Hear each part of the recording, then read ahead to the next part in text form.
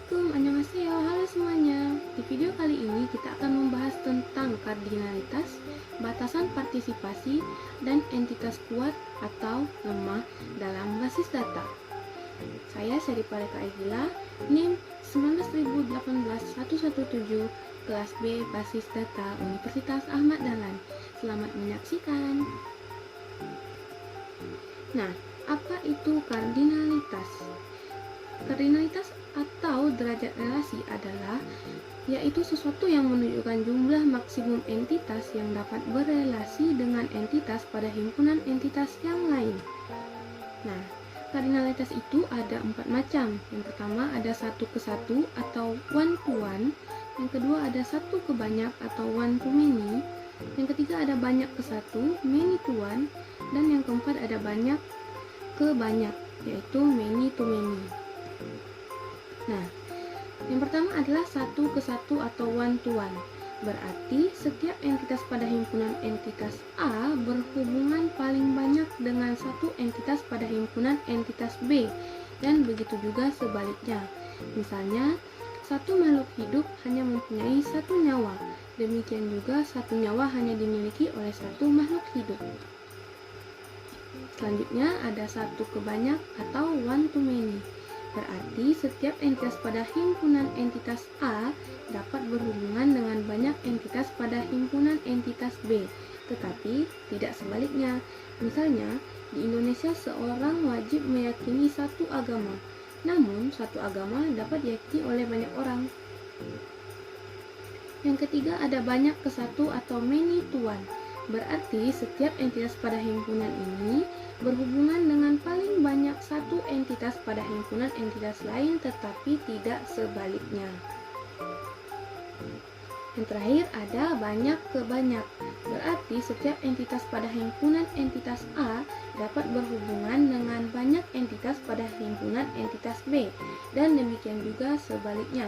Misalnya, seseorang dapat memiliki hobi lebih dari satu, dan sebaliknya, satu hobi dapat diminati oleh lebih dari satu orang. Nah, kita lanjut ke yang berikutnya, yaitu batasan partisipasi. Apa itu batasan partisipasi? Batasan partisipasi adalah menjelaskan bagaimana data itu berelasi, menentukan bagaimana atau harus atau tidaknya berpartisipasi suatu entitas dengan relasinya pada entitas lain. Nah, batasan partisipasi itu terdiri dari 2. Yang pertama ada partisipasi total, dan yang kedua ada partisipasi parsial.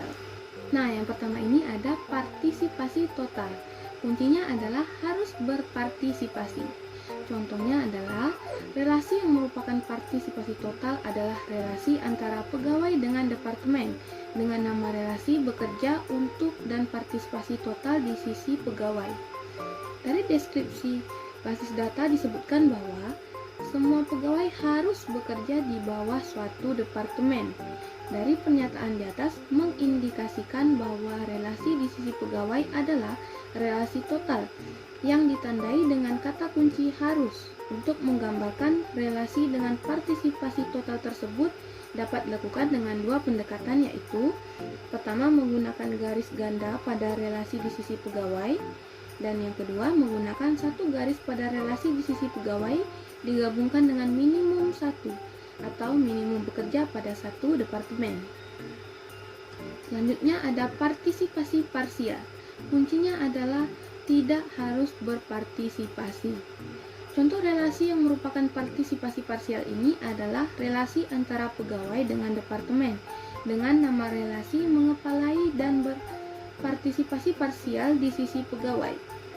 Dari deskripsi basis data disebutkan bahwa beberapa pegawai mengepalai sebuah departemen, atau setiap pegawai tidak harus mengepalai suatu departemen.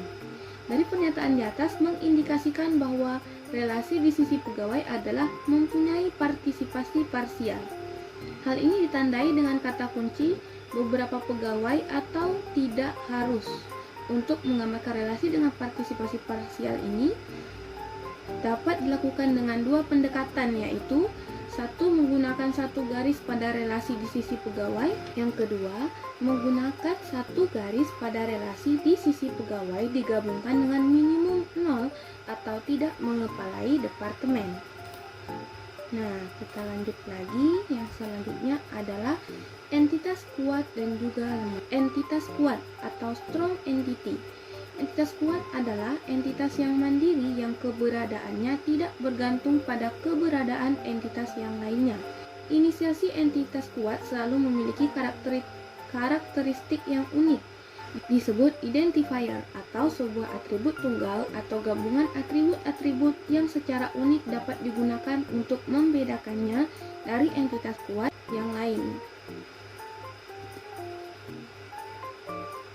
Selanjutnya ada entitas lemah atau weak entity. Entitas yang keberadaannya sangat bergantung pada keberadaan entitas yang lainnya. Entitas lemah ini tidak memiliki arti apa-apa dan tidak dikehendaki kehadirannya dalam diagram ER tanpa kehadiran entitas di mana mereka bergantung. Nah, sampai sini dulu penjelasan dari saya. Semoga bermanfaat untuk semuanya. Annyeong!